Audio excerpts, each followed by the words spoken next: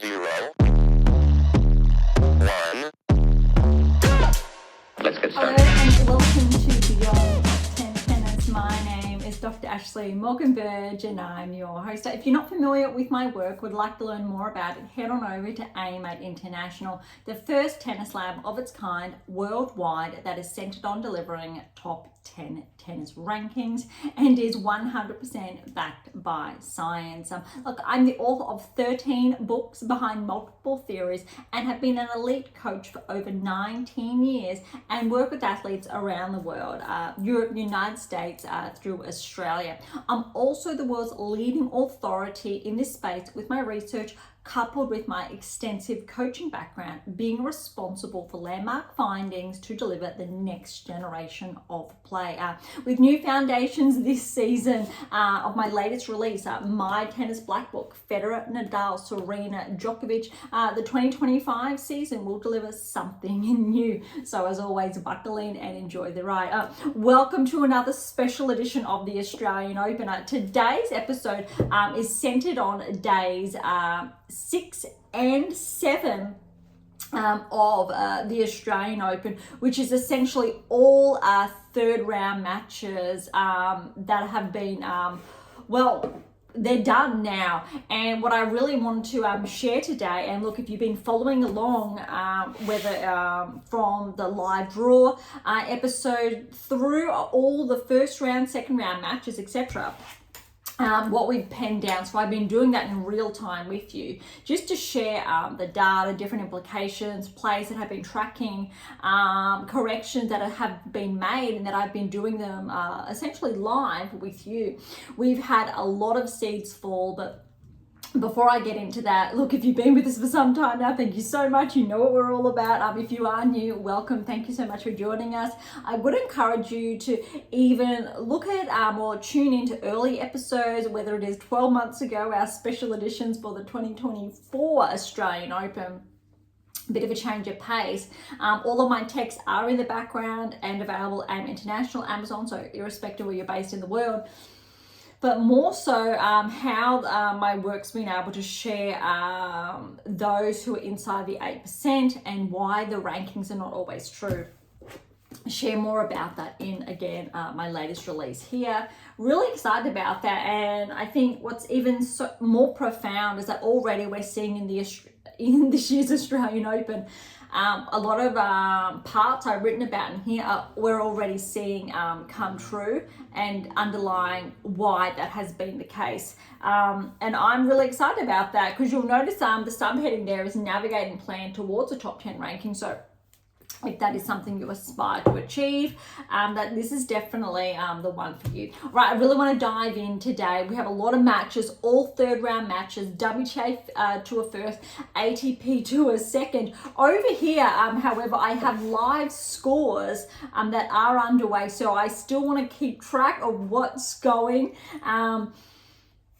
So I can essentially report, I think, these key updates to you in future episodes, but I have done my best to tune into a lot before today's episode, but I'll say looked at a lot. The difference between, I think, today's episode or looking at round 3 matches, I put a pause to those live analyses, if you like, that I've been sharing key insights of, whether it's how to win against specific players or what they need to work on.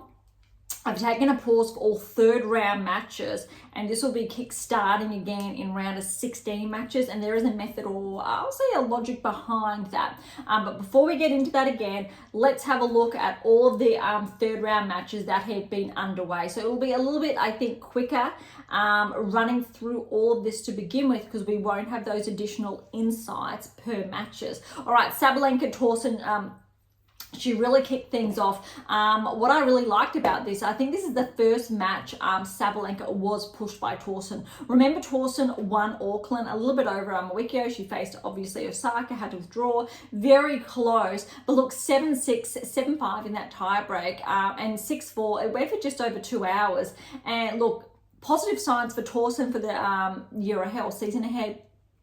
Definitely looks like she should be able to finish inside the top 30 if, a very big if, she keeps her current level of play, follows on that current trajectory. Sabalenka, this was a very good sign, I think, to see her pushed and for her to come out of it. I'm looking forward to her next match to see if she amps it up a bit, or if she's challenged again and how she responds. All right, Bencic and Shnaider, I'm going to call this one an upset because our data really looked at Shnaider. That said, in all fairness, Bencic made Wimbledon semi-finals last year, just missed out, obviously, on that finalist result. Paolini edging her out in the end. Shnaider has been tracking sensationally, is on the cusp of the top 10, but look, Bencic was too good. But check out the scoreline. It went for just under 3 hours, 2 hours 58 minutes. 7-6, 7-4, 6-7, 3-7, 7-5. That was sensational. It was neck and neck. So all credit to Shnaider for staying with Bencic. And I think experience really prevailed. And this was actually, I think, a very positive metric for Bencic, with really how she's been able to turn her game around and really amp it up a bit to really solidify her place, I think, inside the top 20. Dare I say, after the Australian Open, Bencic really might edge towards the top 15. And we'll look at the rankings. So I think we have a couple of players that might edge out, which again, we'll learn more about next week when the live rankings obviously are renewed. Well, a little bit over a week. So I'll say about 8 days time. All right, Pavlyuchencova and Seidman. All right, Pavlyuchencova was favoured due to her seeding. We know how well Seidman did play about Zen, but look at this, 6-1, 6-2. I think that really goes to show how well Pavlyuchencova plays, 27 seeds. She's been inside the top 30 for a number of seasons now. Previously, she's been as high inside the top 15. I don't believe Pavlyuchencova has been inside the top 10. If she was, it was very briefly, but she's been comfortably inside the top 15, I think, for a while, top 20, and still top 30. Former French Open finalist, and this was a very positive result. I'm not too sure the last time she made the round of 16 in Melbourne, so very exciting for her. And I think with this result, potentially Pavlyuchencova, I'm not sure if she will get inside the top 20 depending on her next round, but I think she's definitely getting close, and with how she was playing, I think she definitely deserves to be bumped inside the top 20, between that top 20 top 15 range, not quite inside the top 15. All right, working our way through. Next, Gauff and Fernandez. This was a really good match from Gauff. Fernandez stayed with Gauff for the most part of that first set.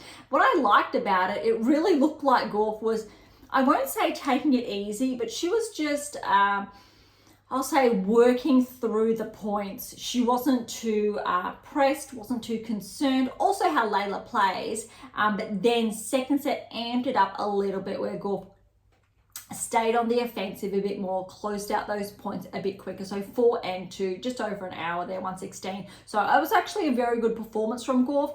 Wasn't as pressed as much, for example, as Sabalenka, and was really able to, I think, hit more balls, which was a positive sign. All right, next one, not necessarily an upset, but I'll say it is Osaka was the higher ranked player over Bencic. Bencic's been back for less than a few months. This is obviously her first Grand Slam in over 12 months, being that new time parent, but she was just able to snag that first set tiebreak. So 7-6, 7-3, 58 minutes, and then unfortunately, I think it happened around or inside the tiebreak, or maybe it was just before. Osaka had, I think, that strain she's been experiencing around her abdominal area. It wasn't too much fun, started causing her issues with her serve, and really noticed that it was hindering her, wasn't able to continue, so there was that obviously retirement there. Very exciting for Bencic to progress through to the round of 16. It's very impressive, and even though Bencic does have a protected ranking, and I think her live ranking is outside the top 200, making, I think, the round of 16 at a Grand Slam will definitely bump, I think, Bencic inside the top 100, but how she's playing, it's at the top 20 level, and that's very significant. So I do hope the rankings do show that, protected ranking or not, and that she does reap those rewards because how she's playing was very impressive. All right, the biggest upset, I think, on the women's side for, I'll say day 6, not day 7, because there was another very big upset there.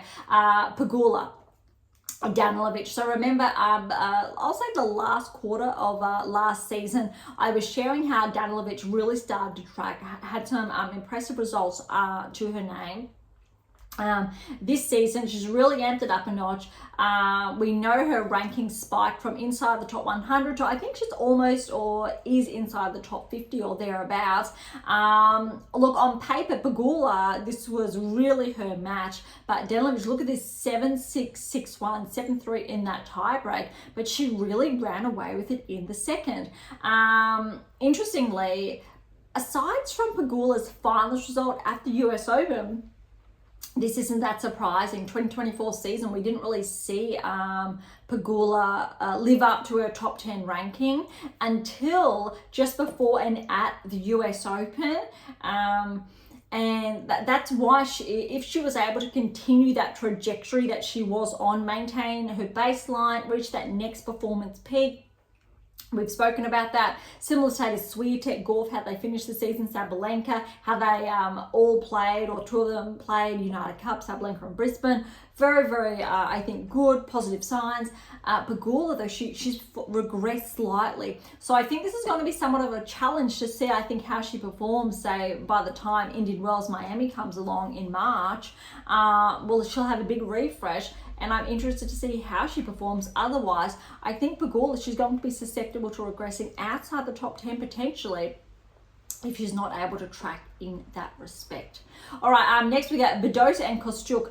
Look, on paper or as far as rankings are concerned, Badosa is favoured 11th and 17th seed respectively. Kostyuk made, I believe it was the quarterfinals of the Australian Open last year, definitely was favoured to get the win here purely because of how her season has been unfolding, but it was always going to be neck and neck. And the scoreline shows that at just over 2.5 hours, 6-4, 4-6, 6-3 to Badosa. Very impressive. Arguably, I think Badosa is potentially on track for a quarter-final berth, and then let's talk after. But she's definitely favoured, I think, to progress until she's really challenged. I think this was the first big challenge Badosa faced. We'll talk more about the draw later, but a very impressive result from Badosa nonetheless. All right, next is Ondreeva and Fritz. Look, Fritz put up a very good fight here, just under 2 hours. It was definitely Ondreeva's match to win, but a 6-2, 1-6, 6-2. So that second set, all Fritz's, but Ondreeva came back and she was really able to hold her own. Round of 16, a very positive metric for her. And again, I've shared this previously. I'm not going to share too much feedback in this respect because, again, only 17 years of age. She's got so much more to learn, to develop, etc. And she's essentially just doing exceptional at the moment and for everything she has been able to achieve. Other matches that we do have, or third round matches on the women's side, that might be it. So that's all third round women's matches. So let's head on over now to day 7, and this was really exciting. I just hope you're on the edge of your seat for this match, because I know I was actually a little bit surprised it didn't go to 3. Swiatek, Raducanu, how Raducanu played in her previous match, especially against Anisimova, was really solid. But I tell you what, Swiatek, she switched it on, she amped it up a level, she played that level of tennis that got her through to the finals of the United Cup, 6-1, 6-love, that was brutal. I need to say, probably neck and neck at the moment, Swiatek, Sabalenka, with how they're playing. It's really hard to call. Probably going to position both of them ahead of Gauff just slightly, but I still think Gauff has room to progress. So when we're looking at, I think, all 3 of them, let's have a look. Paolini's another, however, the result for day 7 didn't go in her favour, unfortunately. And obviously number 5 is out, 7 is out, Rubikine obviously is still in play.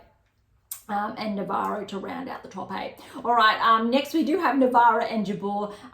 Look, another 3-setter for Navarro. She's had 3 and 3 and 3. The only difference I think against her match with Jabeur is that she wasn't pushed to the very brink. It didn't go to say 7-5 or a tie break, but it was very close. Look at this, 6-4, 3-6, 6-4. Very close. Jabeur, I think, played some really good tennis. I think Jabeur's back. It was a tough draw due to not being seeded, but I think this is a really positive sign for Ons, and I'm looking forward to how, say, February, March unveils for Jabeur. Will be great to see her back inside the top 20, making the 3rd round. I think she's going to be bumped inside the top 30. If she can maintain that, she'll be seeded then for the French onwards. Top 20 is definitely there. Not sure, she's not playing, I'll say, top 10 tennis at this stage. But granted that she has been deep at the Grand Slam. She's been a finalist, I want to say 2-3 times.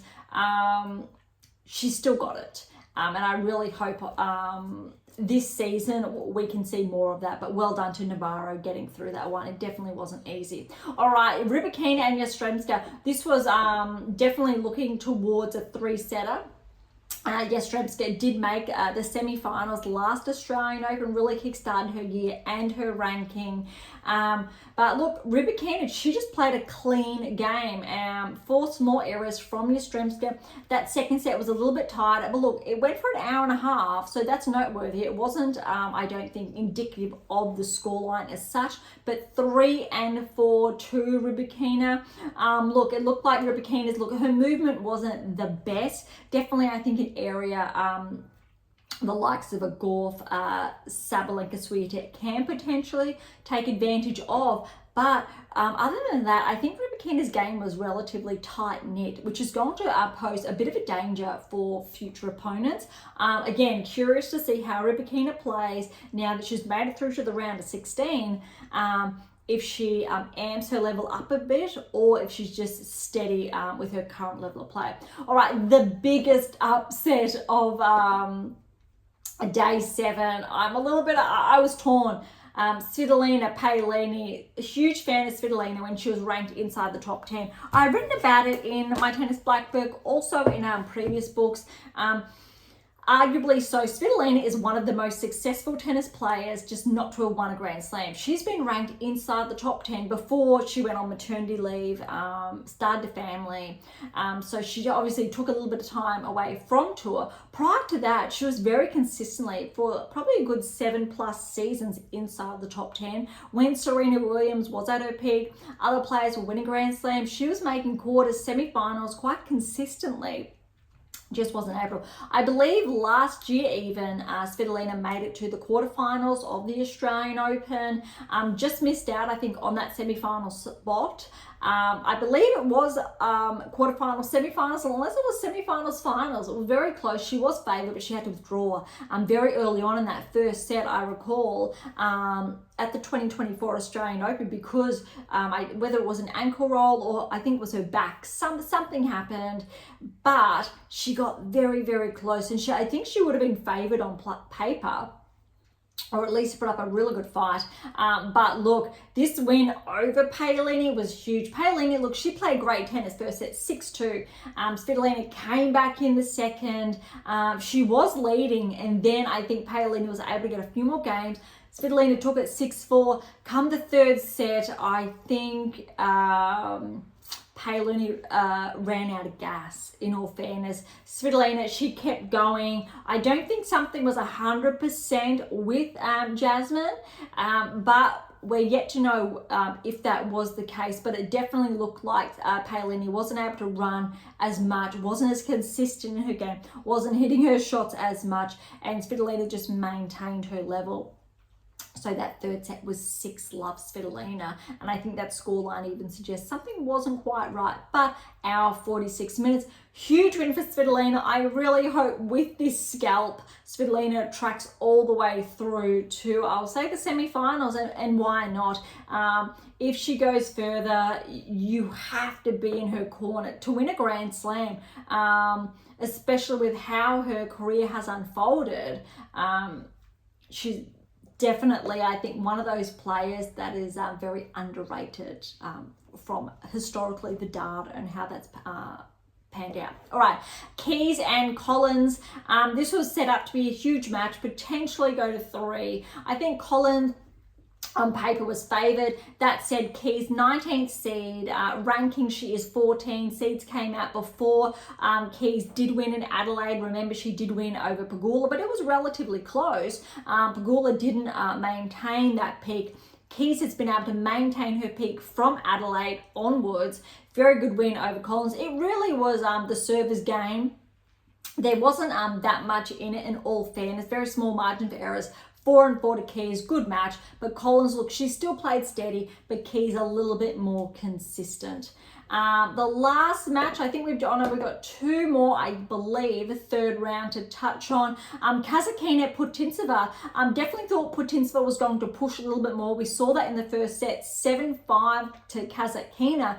Kasatkina, she really lifted her game in that second set, 6-1. I believe this is Kasatkina's first round of 16 result. I'm not sure if that is at the Grand Slam level or just at the Australian Open, but what we know about this, or what I can share, is that historically, as far as the rankings are concerned, Kasatkina does not correlate with the top 10 ranking when we're looking at Grand Slam metrics because of that success rate. It just has not been there. It's been very early rounds. Her success has been in the in-between tournaments. And so when we're looking at the best players in the world, the Grand Slams are very significant. However, this changes things, because with Kasatkina making the round of 16, let's see if she can go a little bit further. Can she make the quarterfinals or semi-finals? Obviously, she's holding up her end of the bargain with her ranking, which is great, because we know, say, the top 16 players in the world technically should make the round of 16. That's not the case. But Kasatkina, 9th seed, 10 in, obviously in the rankings, with Kostyuk not playing the Australian Open. A very positive sign. Putintseva, she was able to push Sabalenka in Brisbane, remember. So a very good match, I think, or result for Kasatkina. All right, next is Lies and Christian. And I tell you what, I'm so excited. Again, you would have heard me share, I think, a breakdown, also key insights on Lies in those first round matches, even second round, and I really was rooting for it because, and I need to be clear about this, the metrics that I saw and what I reported on. And I've done this with Shnaider and Danilovic, for example, how Badosa's been tracking why she's progressing and why she's progressed to just on the cusp of the top 10. So many players. You need to pay attention to Lies now this season and how she's going to track. Rank outside the top 100, lucky loser, but we're looking at those metrics, and when science comes into play, the data comes in, looking at those key movement parameters, Lies has many positive signs. Obviously, she's not at those optimal performance metrics yet, but she's got, I think, very good, big positive potential there. She got through 4-6, 6-3, 6-3, 2 hours, 25 minutes. Look, Christian played a really good match. She took that first set very solid between both players, but look, made it around a 16 result for Lies. And look, she's got Kalinskaya to thank for that, because Kalinskaya withdrew. Lies, luckily she was around and she got the direct entry. And look how it's worked out. Round of 16 is stellar. I'm not too sure yet who her next opponent is. Actually, I do know. And she is going to have a very uphill battle. Needless to say, I think a round of 16 she can build upon. I'm not too sure if she will be able to get to the quarters. Swiatek is her next opponent, I do believe. But a very, I think, positive sign there for Lies moving forward this season.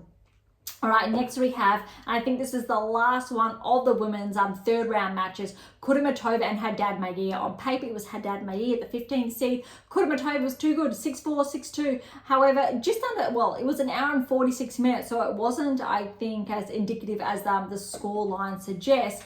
But well done, I think, to Kudermetova. I also reported on key insights previously, and I think it was the first or second round, how Kudermetova was playing. And definitely, I think, without a doubt, I can say Kudermetova, her current level does not correlate with her current ranking around that 70 range. She's playing into top 30 without a doubt, and she's got signs. She's been showing this Australian Open top 20, not quite top 10. We're seeing some there, but obviously that comes down to frequencies, key metrics, consistency, etc. But well done to Kudermetova. I think she may cause some problems in her round of 16 encounter. All right, that does wrap up WTA Tour action. We've reported on all third round, so let's head on over to the ATP Tour before we look at, I think, more key insights as far as the draw is about to unfold. We'll continue to. All right, Alcaraz and Borges, and you would have heard me say in our last episode that Borges was undoubtedly going to take a set off Alcaraz, and that is what happened. It was very close, just under 3 hours though. Alcaraz with the win, 6-2, 6-4, 6-7, so 3-7 there, 6-2. Borges did a very good job. Alcaraz was able to lift his game, and if we're looking at previous first, second round score lines for Alcaraz, he wasn't really pushed, maybe in one set or two over those two matches. But really, I think Borges pushed, I think, Alcaraz in at least 2 of those 4 sets. And again, Borges made the round of 16 in Australia last Australian Open, and he did it, I think, at 2 or 3 at least last season at the Grand Slam level, so a very positive sign. Wasn't that easy, I think, as insinuated. He's just outside the top 30. I think he's around 33, 34 in the rankings. Noteworthy, however, Sinner had an opponent in, I think, his initial round that was ranked inside the top 40, so in the 30s somewhere. So I think this was a test for Alcaraz. However, that type of test came very early on for Sinner. All right, Zverev and Fernie, just under or just over 2 hours, sorry, 3, 4, and 4. We're not seeing too much of Zverev, not much noise around him, but I definitely think he's flying under the radar with how he's been playing. Very tight, very smooth, not too many errors there. Typical of what we saw from him last year. Maybe he will go all the way. Maybe he'll be a finalist again. Can he go a little bit further? Because we've had some key upsets in the draw, I think it's really opened for a lot of I'll say the top 4 players when we've got Sinner, Zverev, Alcaraz, and Djokovic, in all fairness, because we know 4's gone and 5 has gone, which we will get to shortly. But there's a lot to unpack there. All right, Paul over Carabellas-Baena. Wasn't too sure if Paul was going to be able to maintain his level of play, especially with that first set going to a tie break, 7-6, 7-love though to Paul. Then Paul took it up a notch, 6-2, 6-love. I like how that sounds. Paul looks like he is on track to make potentially a semi-final, but again, it definitely looks like Paul will be ranked inside the top 10 after the Australian Open. And most excitingly, it's in here, predictive analytics, and Paul is one of those players to keep an eye on. Next, we've got Djokovic and Macaque. This was interesting, purely because definitely thought this was going to be pushed with how Macaque played at the United Cup. But Djokovic, he amped up his game a notch and won 4 and 4. Very impressive. Macaque really wasn't able to take, I think, much of an advantage. And I think relatively a clean performance from Djokovic. And I think taking that into account, how Djokovic is playing in this third round encounter, you really need to get, factor, I think, Djokovic in irrespective of the rankings to make potentially that semi-final berth, although I do believe there may be an Aussie in his path. Next up we do have Draper and Vukic, another 5-setter for Draper. His recovery must be spot on to be making it this far, because I believe Draper's gone 5-5, and I think this could be 3 5s in a row, if not his last was 4. But just under 4 hours, 3 hours, 58 minutes against Vukic. Vukic is an Aussie. Well done to Vukic. But look at this. 6-4, 2-6, 5-7, 7-6, 7-5 in that tie break. Vukic was this close to getting the win. 7-6 in the 5th. I couldn't stay up for this. This went to the wee hours of the morning. 10-8 tiebreak, which essentially we know means both players had match point. Brutal. That's I think very brutal to finish these type of matches in a tiebreak. I think I preferred when they had to win by 2 games. That said, we know those matches were sometimes never ending. It's a tough one. Vukic should be so proud of himself. Draper hasn't been playing as clean as I have seen him play, as I would like him to play. But I think he's definitely going to give his next opponent a very, very big run for his money. And that is none other than Alcaraz. So that's really exciting. And they're not yet to hit the courts. All right, next we have Humbert and Fils. I favoured Fils here purely because of how he's been playing. 20th seed, even though Humbert is the 14th seed, so it was favoured to win. Fils did have to retire in the 4th set. It was neck and neck, looking like maybe it could go to 5, but well done to Humbert. 4-6. 7-5, 6-4, 1 love. Look, depending how I think the next round goes, Humbert also could find himself inside the top 10. This season, and potentially after the Australian Open, because we've had the likes of Musetti is out, he's on the cusp as well. Tsitsipas is out. Paul is in, we've already spoken about that, but other players that are in line have either fallen, and so some that maybe weren't looking like they were going to get the edge actually have pushed ahead, which is really interesting. But again, we'll have more to say on that in roughly 8 days' time. All right, so well done to Humbert there. Other matches we've got on the men's side is we've got Davidovich Fokina over Bencic. I favoured Bencic here, but look, it was neck, 3.5 hours. 3-6, 4-6, 7-6, 9-7. And that really shows, I believe Bencic, when I was watching this, had a match point in that tie break. Davidovich Fokina, oh my goodness, he secured it, went on the next 2 sets, 6-4, 6-2. So he came back from 2 sets to love down. That was incredible to watch. Highly, I think, commendable there, but really, really impressive tennis. All right, next we've got up is Lecheka and Bonzi. Lecheka was favoured, 24th seed over Bonzi, and it was relatively straightforward. 2, 3, and 3. I think that is, yes, that's the last match to report on for day 6 action. Day 7 action, again, ATP Tour, so we're halfway through.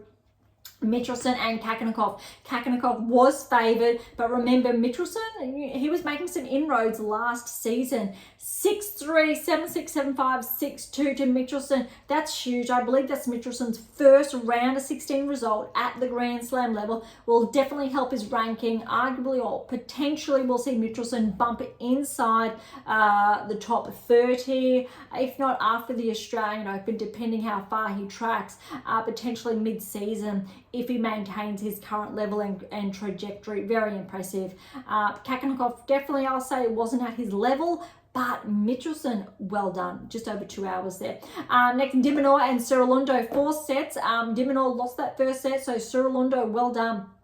He took that 5-7, that second set, 7-6, neck and neck, 7-3 in the tiebreak to Alex, then 3-3, just under 4 hours. I think that match was a lot closer than Alex anticipated. I would have been inclined to say that would have been Alex in 3 sets. Cerrulondo really delivered. I think he amped up his game for this one, but a really good, I think, match for Alex to be tested and just to really find, I think, his rhythm. All right, the biggest upset we've got for day 7, Fritz and Monfils. We know Monfils won in Auckland, so a little bit over a week ago there.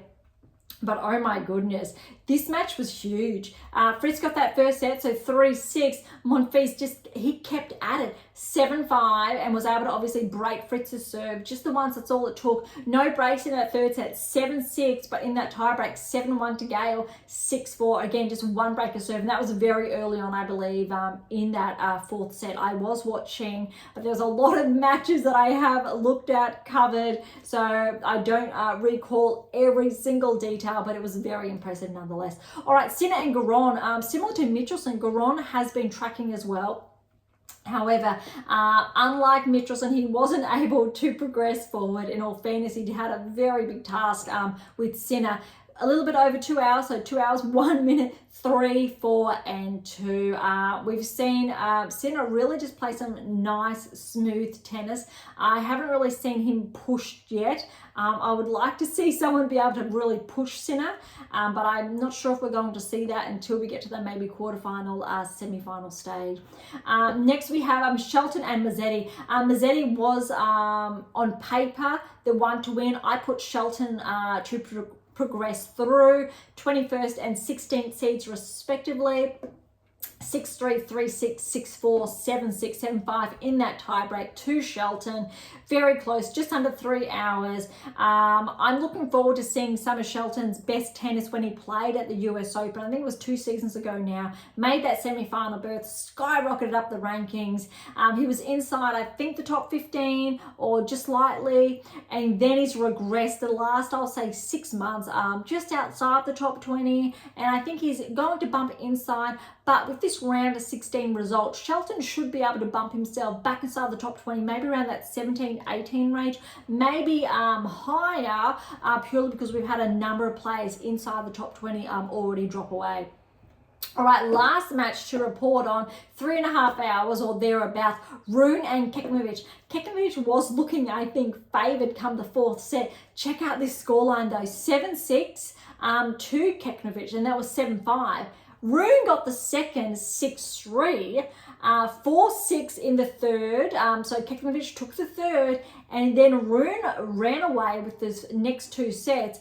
But look, that 4-4 scoreline is not indicative of, I'll say, anything quick. It was a long, close, tight match. Kekmanovic played some really good tennis. Rune held his own. Let's remember Rune was ranked top 10 last year. He hasn't really been able to play consistently or progress consistently at the Grand Slam level. Over, I'll say, the last season, why we saw that regression outside the top 10. But I'll say he started to amp his game up, and he's been playing some good tennis again. After, I think, the Australian Open, making this round of 16 berth, granted that Tsitsipas is out, being 11 in the world, and Paul, then Rune are on the cusp of the top 10. Depending how both of these players track, they could very well find themselves ranked inside the top 10 after Rublev and Dimitrov then would find themselves bumped outside the top 10. And that's very noteworthy, I think, to remember.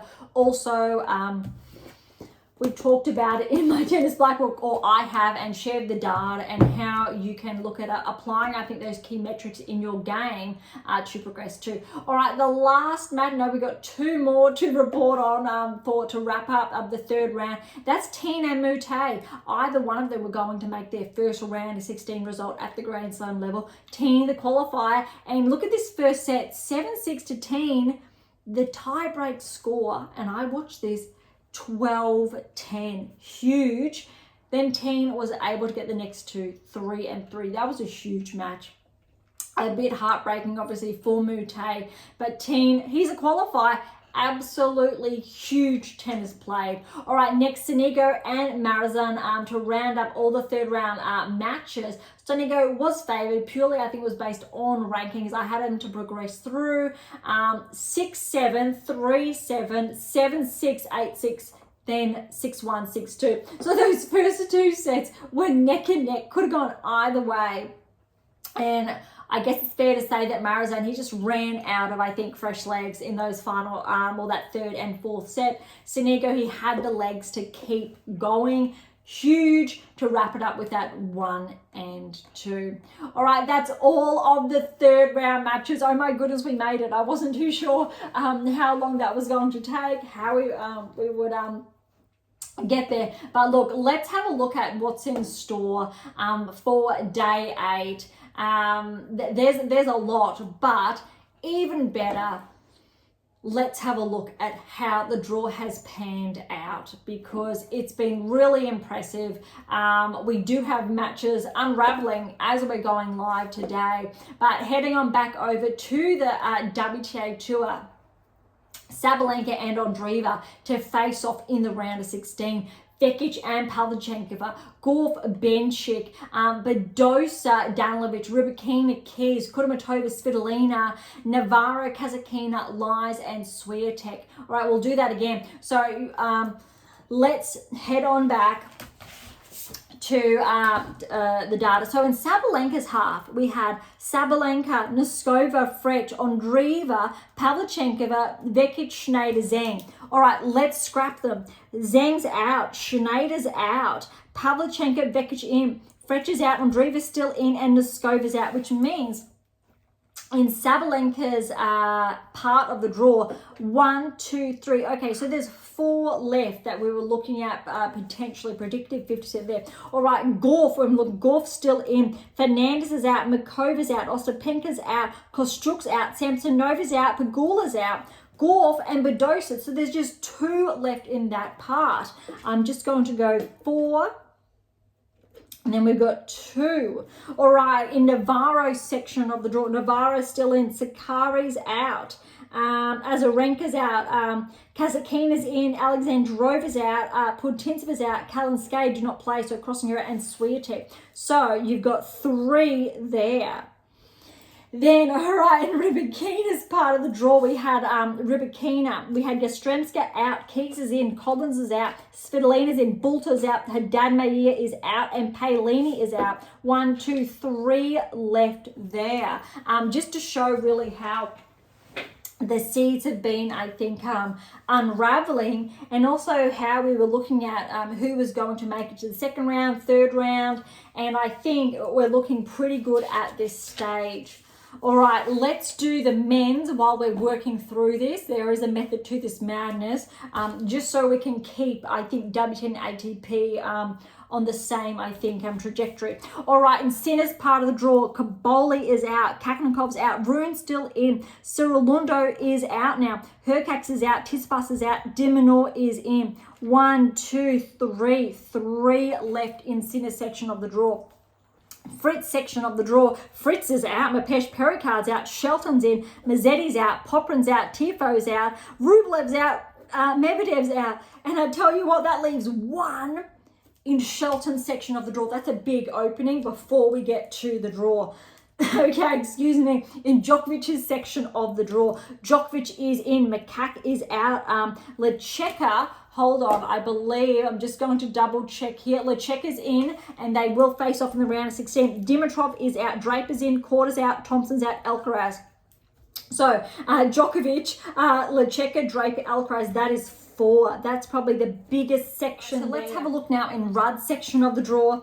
We've got Rudd's out, Igor Alisima is out, Tabilo is out, Paul's in, Baez is out, Fils is out, Humbert's in, Zarev's in. So that's 1, 2, that's 3 there. All right, so men's side, so ATP Tour, 3, 1, 4, and 3. Women's is 4, 2, 3, and 3. You can do the math with me. 7, 8, 9. All right, so all up, I'm just going to 7, 8, 9, and there's 12 all up on the women's side, so WTA Tour. We've got 3 and 1, so 4 and 4, there's 8, 9, 10, 11 on the men's side. All right, so 12 and 11 respectively. That's pretty good, actually. That's neck and neck.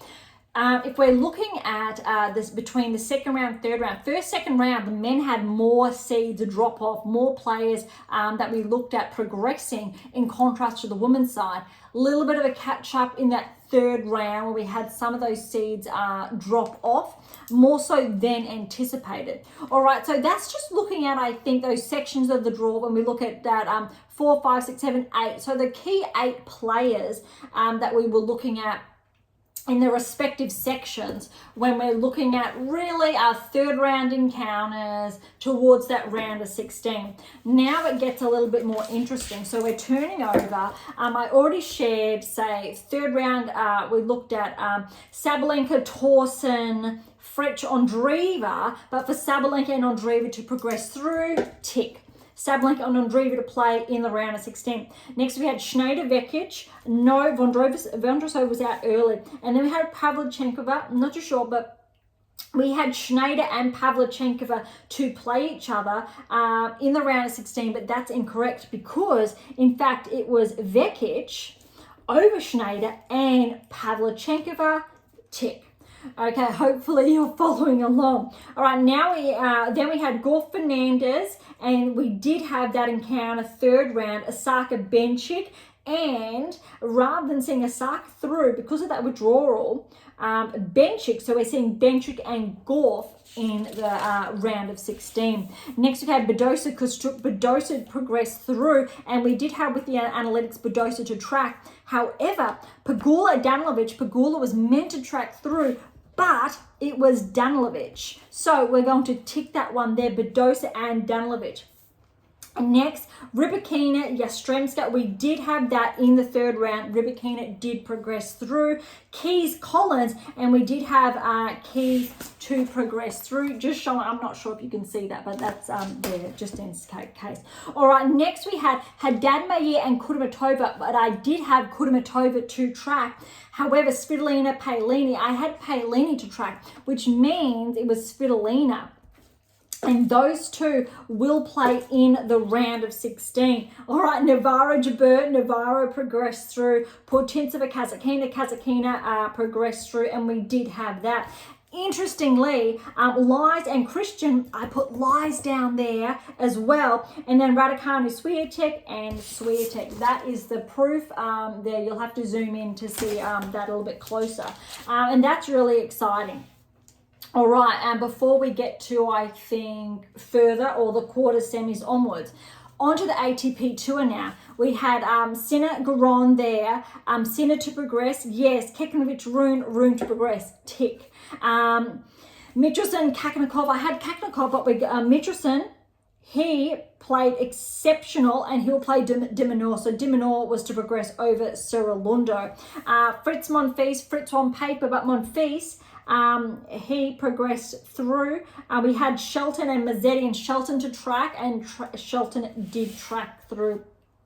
Next, Sonigo, Marazan. Sonigo did track through. Monte, Teen, but Teen tracked through. So you're seeing more disruption on the ATP Tour in contrast to the WTA Tour.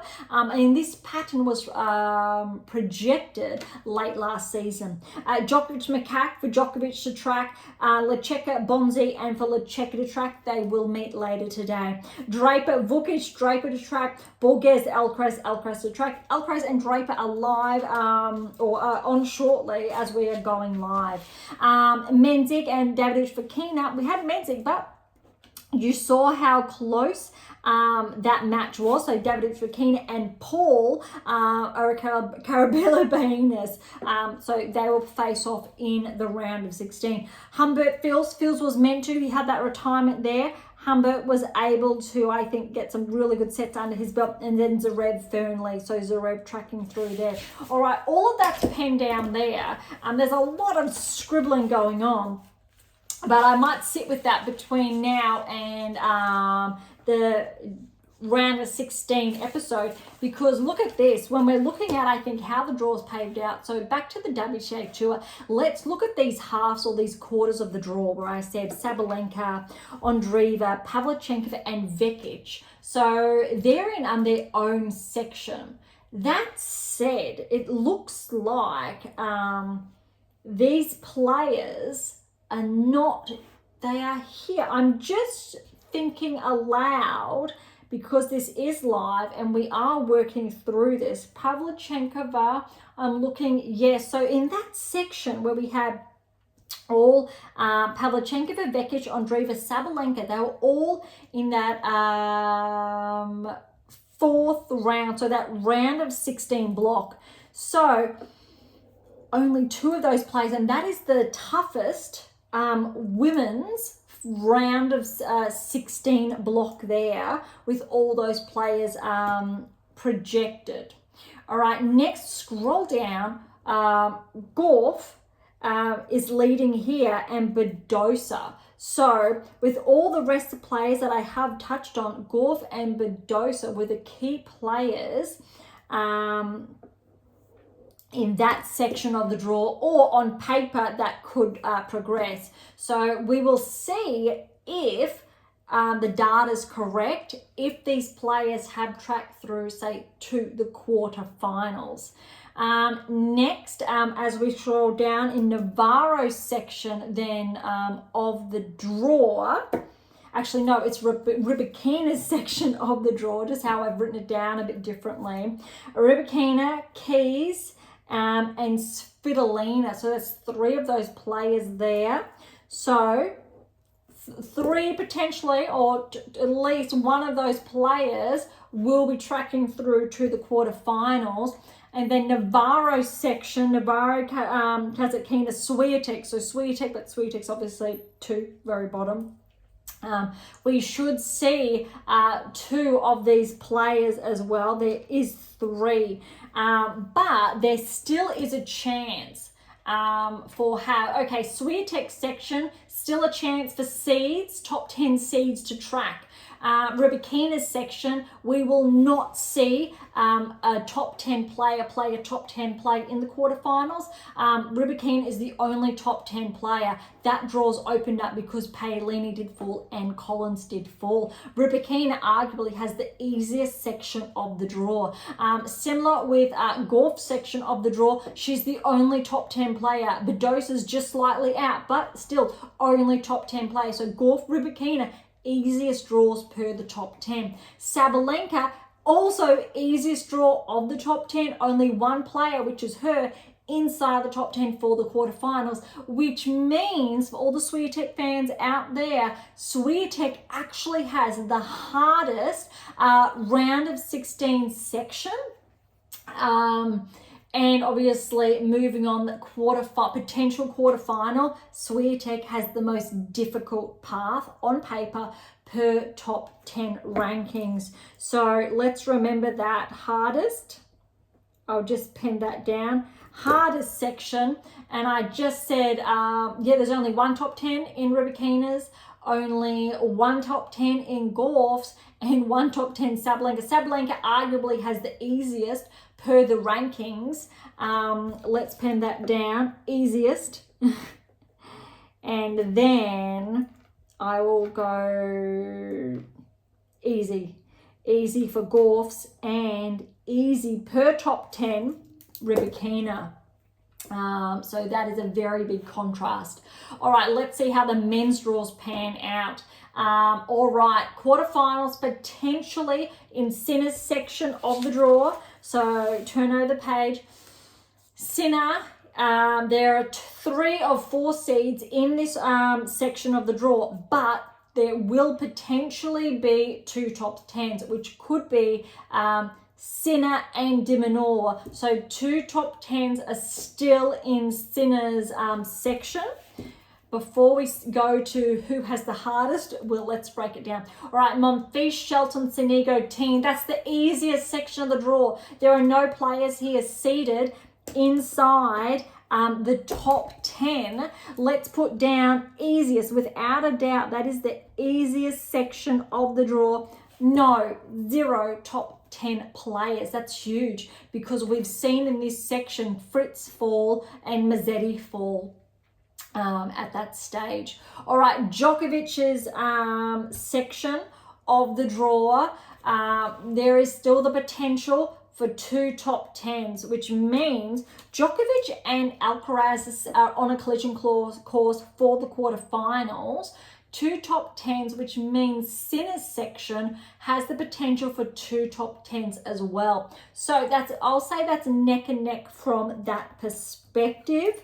I'm going to go, just put similar times 2 for both of these parts of the draw, but I believe it does get easier now because Zverev's section of the draw, just one top 10 as well, that's Zverev, so that is also easiest, but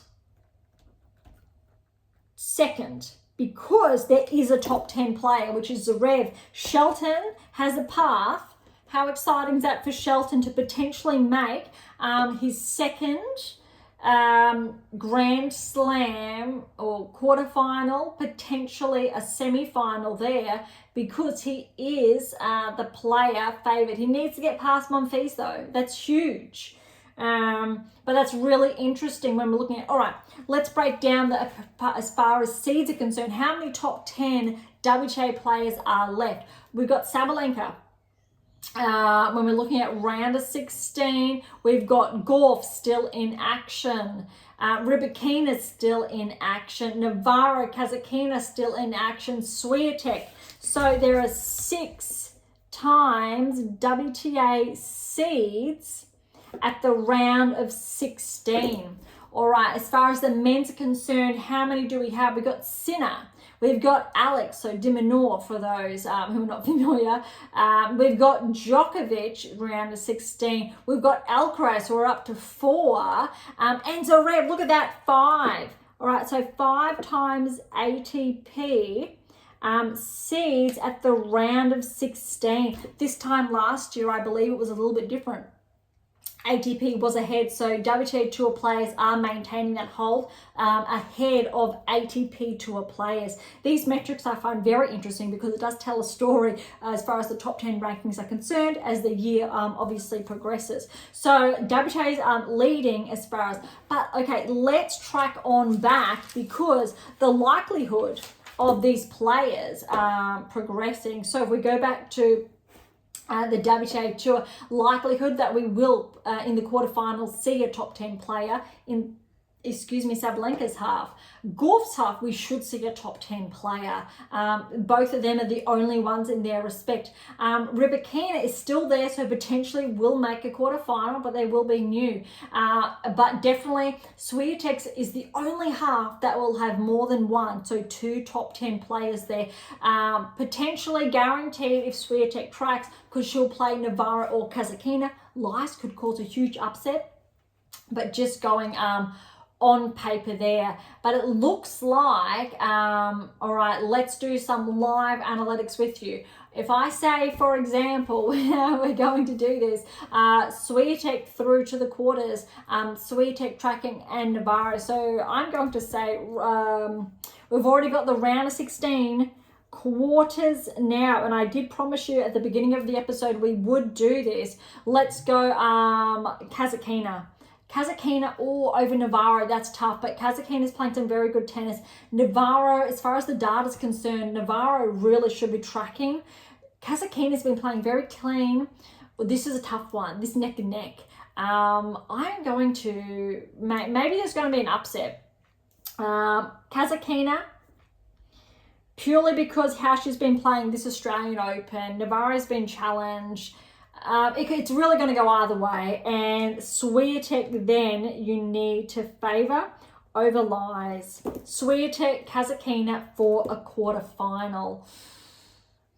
Next, and we are going bottom 2 up. Svitolina, Kudermetova. That's tough. You need to put experience there, and Svitolina. Kudermetova could cause an upset. Svitolina, though, I believe Kudermetova, when she was inside the top 10, Svitolina probably was there. Even though it was very briefly. Next, let's go Rybakina and Keys. Let's put Keys there. Let's say there's going to be an upset. Keys has been playing some great tennis. In all fairness, Rybakina is looking very good, but maybe that's a very big opening for Svitolina. Next, Badosa, Danilovic. On paper, you need to put Badosa with how well she has been playing. Bencic and Gauff, you again need to put Gauff down there. Again, how well she's been playing. I think Bencic will push her though. Bencic, Pavlyuchencova. You really want to put, I think, Bencic there, but why not put Pavlyuchencova? Because how she's been playing, look, her win against Seidman in contrast to Vekic's 3-set over Shnaider. I think Pavlyuchencova is going to be a little bit more fresh, and that's going to count. Sabalenka, Andreeva. If it was clay, I'd probably put Andreeva because that's where she won in 3 against Sabalenka at the French. But we're going to have to put Sabalenka there. All right, so that is the top 8, and we're looking forward through to the semi-finals. Whether or not, again, this is going to play out, Swiatek in her section. I'm going to put a potentially, Svitolina. That's a tough one. It's Keys there, it's Svitolina, but with how she played against Paolini, let's give her a shot. Gauff, Badosa. I'm going to put Gauff there, and I'm also going to put Pavlyuchencova, Sabalenka. I'm going to put Sabalenka. And if we're looking a little bit forward, why not put Swiatek? And potentially, I'm going to put Sabalenka only because of how she's been playing. It could go either way, but it would be amazing to see the number 1 and number 2 seed play off in the championships. All right, quarters, I think as far as the men's are concerned, let's have a look. What are we playing out? And we will check on this in future or the following episode when that comes out. We've got Sinner, Rune, Michelson, de Minaur. We need to put Sinner and de Minaur for the quarterfinals. Monfils and Shelton, that's a huge match. Sonego, Teen. We need to put Shelton there. As much as I'd love to see, I think Monfils out. There is roughly, there's 10, 18, 17 years between the two of them. That's neck. It could be Monfils.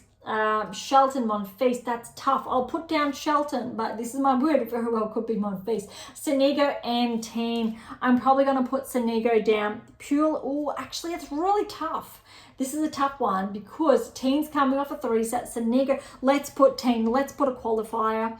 Why not? And we'll have 2 Americans potentially then in the quarterfinals facing off against one another. Djokovic, Lecheka, need to put Djokovic through.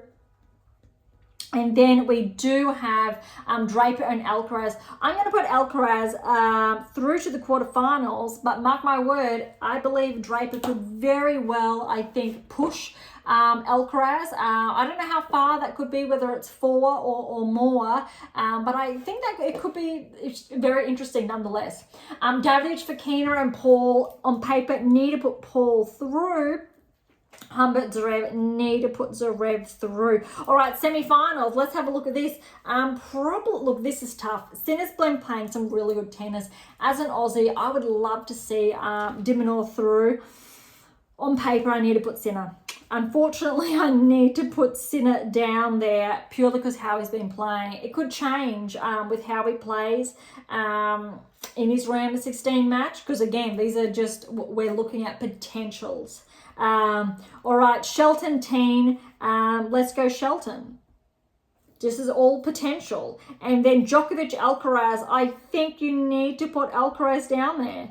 But I still think Djokovic has a shot, especially with Murray in his corner. You need to give him a shot. Zverev and Paul, look, I'm going to put down Zverev, and it very well could be Paul. And I also am that uncertain about, I think, the ATP results because there are so many players, I think, in the round of 16 that could really mix up these quarter results and change those semi-finals. But you're really left with, look, 3 of the best players in the world plus Shelton because of how that draw really has panned out. But again, all notes, all just seeing how the data's going. But most importantly, how these players have been performing over the last, week now, or early parts of the season. There are some parts I don't really disagree with. I disagree with because de Minaur could definitely get the win over Sinner, I think. Amps it up a bit. Shelton most likely, but I also think Monfils could get the win over Shelton. Djokovic, Alcaraz, I believe Djokovic could still win against Alcaraz. Remember that Olympic gold, the gold medal match. And also Paul Zverev. Paul, I think, has potential to push Zverev. Zverev just might be the player to beat that set at this stage.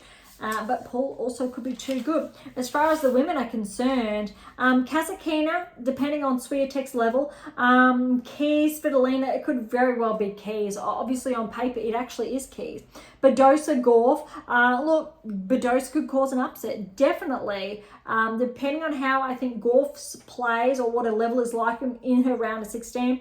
Pavlyuchencova, Sabalenka. Look, Pavlyuchenkova's got nothing to lose. Sabalenka's are obviously favoured, but I think it's going to be really interesting. All right, I'm going to wrap it up because I need to get back to the tennis to be able to report more results for you in, I guess, our round of 16 episodes. So thank you so much for tuning in to grab a copy of my new release, My Tennis Black Book, Federer, Nadal, Serena, Djokovic, Navigate and Plan Towards a Top 10 ranking. Head on over to AM8 International or Amazon, irrespective where you are based in the world. For any comments or questions, head to AM8 or Topic Thread, or leave comments directly on YouTube or Spotify. To interact with Beyond Top 10 Tennis, catch up on our blogs, or to sign up to my newsletter. All links are in the episode notes, as well as how to access Pink Octopus books or Spruik. If you enjoyed today's episode, please subscribe, like, share, and all of the above. Beyond Top 10 Tennis exists for you, so please consider sharing us with those you know near and far. And if you're serious about heading towards a top 10 ranking, or want to know what you're missing to secure that maiden Grand Slam or more, don't be shy and come and say hi. Okay, on that note, thank you so much for listening. I am so incredibly grateful. I'm your host, Dr. Ashley Morgan Berge, and this is Beyond Top 10 Tennis.